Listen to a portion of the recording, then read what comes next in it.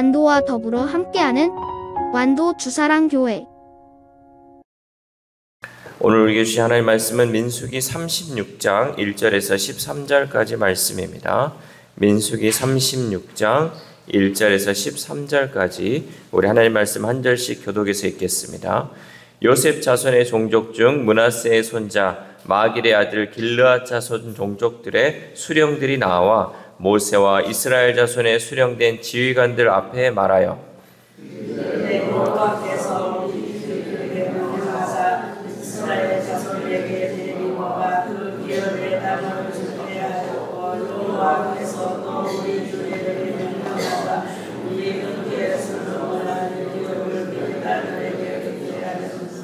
그들이 만일 이스라엘 자손의 다른 지파들의 남자들의 아내가 되면 그들의 기업은 우리 조상의 기업에서 떨어져 나가고 그들이 속할 그 지파의 기업에 참가되리니 그러면 우리가 제비 뽑은 기업에서 떨어져 나갈 것이요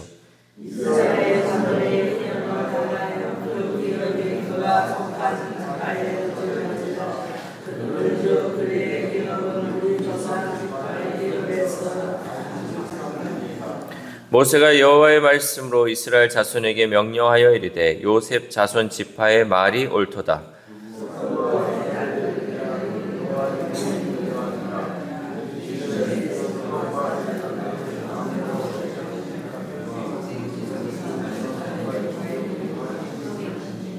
그리하면 이스라엘 자손의 기업이 이 지파에서 저 지파로 옮기지 않고 이스라엘 자손이 다 각기 조상 지파의 기업을 지킬 것이니라 하셨나니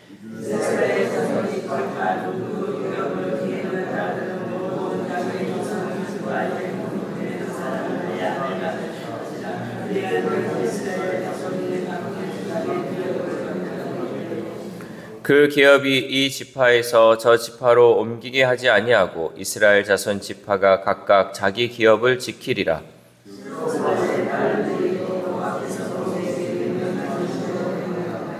슬로보앗의 딸 말라와 디르사와 호굴라와 밀가와 노아가 다 그들의 숙부의 아들들의 아내가 되니라.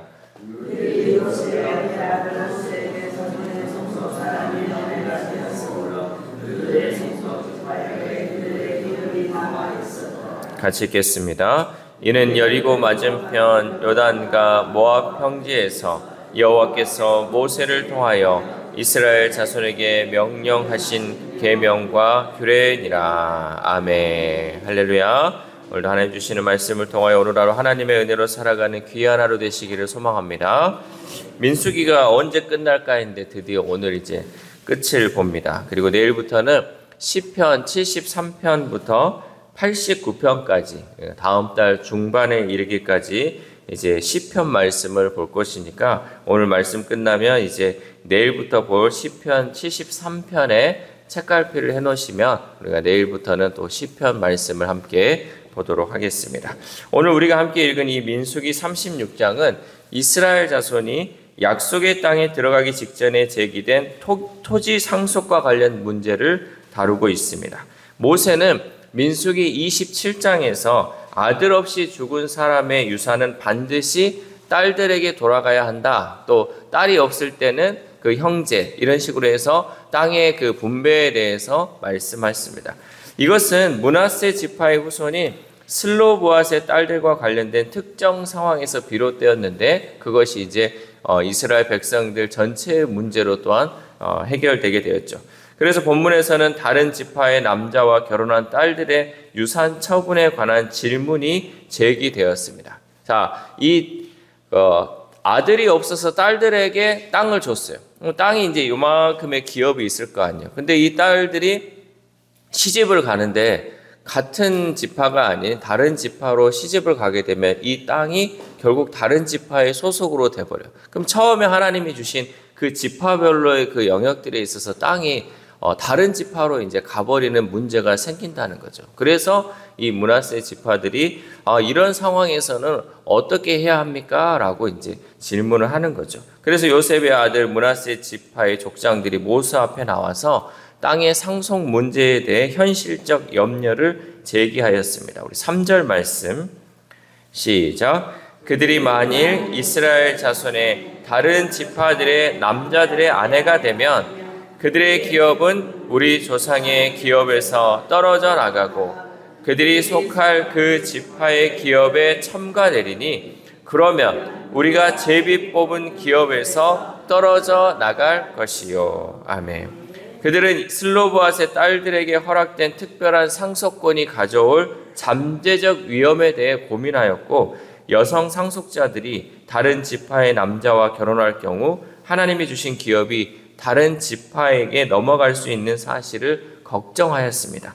희년이 되면 땅이 그 남편의 지파에 영구적으로 속할 가능성이 있었기에 그들의 염려는 현실적이고 중대한 문제였죠. 4절 말씀 시작. 이스라엘 자손의 희년을 당하여 그 기업이 그가 속한 지파에 첨가될 것이라.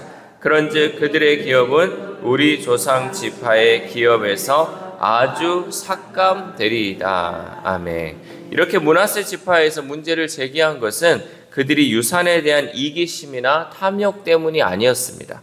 하나님의 허락하신 그 약속의 질서를 보존하려는 공동체적 관심과 책임감에서 이러한 문제를 제기했다라는 거죠.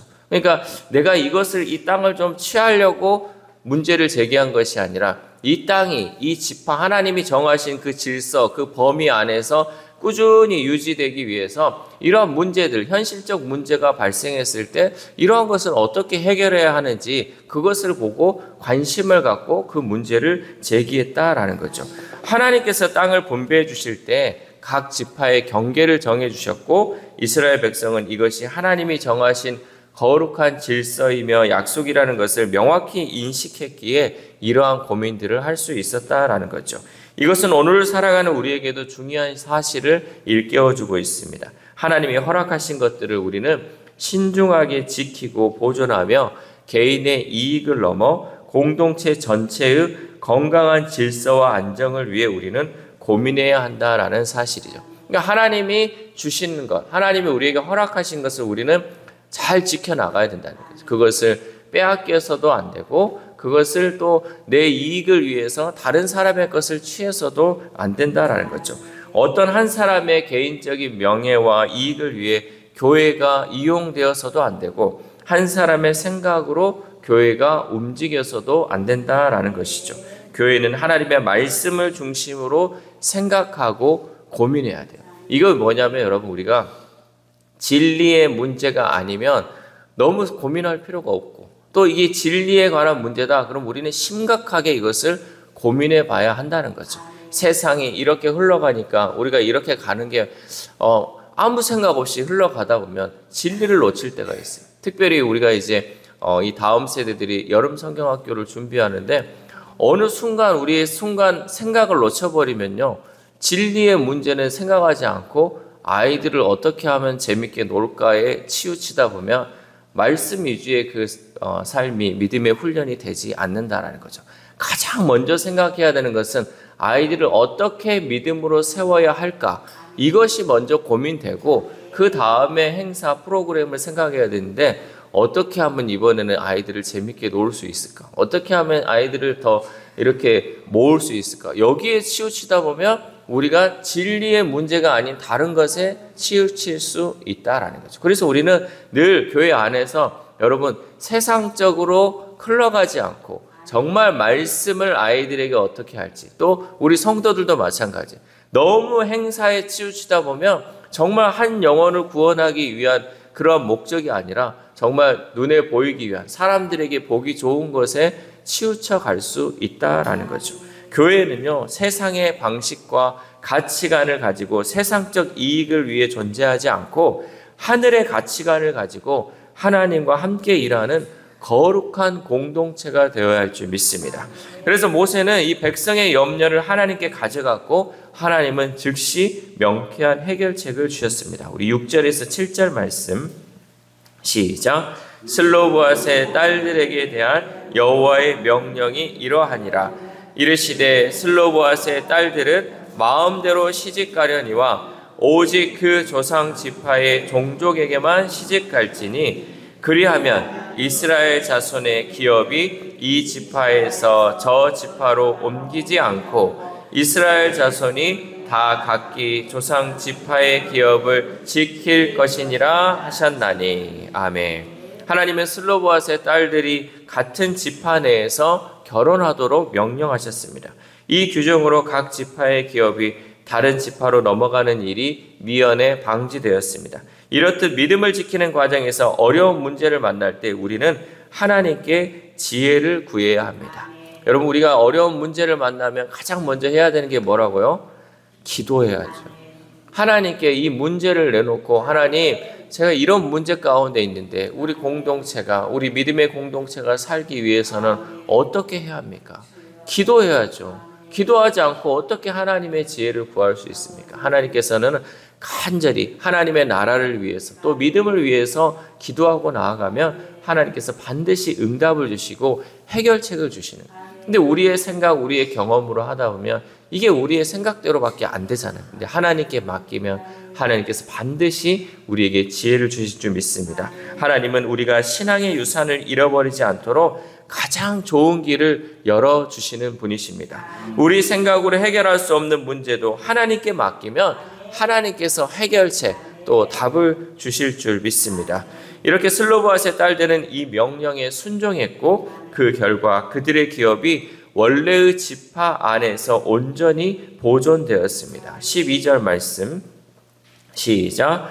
그들이 요셉의 아들 므낫세 자손의 종족 사람의 아내가 되었으므로 그들의 종족 지파에 그들의 기업이 남아 있었더라. 아멘. 여러분, 결혼은 삶에 중대한 영향을 미치는 결정이죠. 그럼에도 불구하고 많은 사람이 잘못된 동기와 욕망으로 배우자를 선택합니다. 외모나 재력, 또 지위와 같은 세속적 기준에 따라 배우자를 선택하는 것입니다. 그래서 여러분, 우리가 결혼을 아직 못한 우리 처녀 총각이 있을 때 누구를 소개하려고 하면 가장 먼저 나오는 질문이 뭔지 아세요?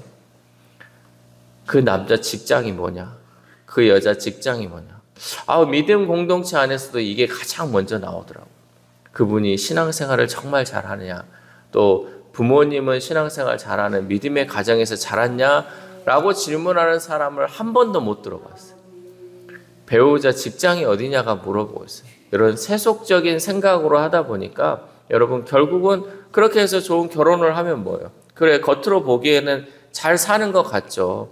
공무원에다가 또 세상적 안정적인 직업을 갖고 배우자를 만나면 편안한 삶을 살겠죠. 그러나 믿음의 유산, 신앙의 유산이 물려지지 않는 그러한 결과가 나타나게 된다는 거죠. 이러나 우리 슬로보아스의 딸들은 이 모세의 명령에 순종해서 같은 지파의 사람을 배우자로 만나게 됐어요. 그러니까 여러분, 같은 지파 안에서 만난다면 얼마나 제한적이겠어요? 얼마나 한정적이겠어요? 예를 들어서 우리 교회 안에서 만나서 결혼해라 그러면 고르려고 하면 고르는데 만날 사람이 없잖아요. 마음에 드는 사람도 없잖아요. 그런데도 그 희생을 통해서 우리 믿음의 기업을 유지하기 위해서, 또 믿음의 기업을 이어가기 위해서 그런 희생을 감당하면서 나아갔다라는 거죠. 그들은 개인의 행복보다 이스라엘 공동체를 향한 하나님의 뜻이 보존되기를 염원했습니다. 우리가 무엇을 우선순위에 두는지를 통해 신앙의 진실성이 드러납니다. 우리가 세속적 풍요와 성공을 하나님과 공동체의 유익보다 우선시하면 결코 하나님이 주신 기업을 지킬 수 없습니다.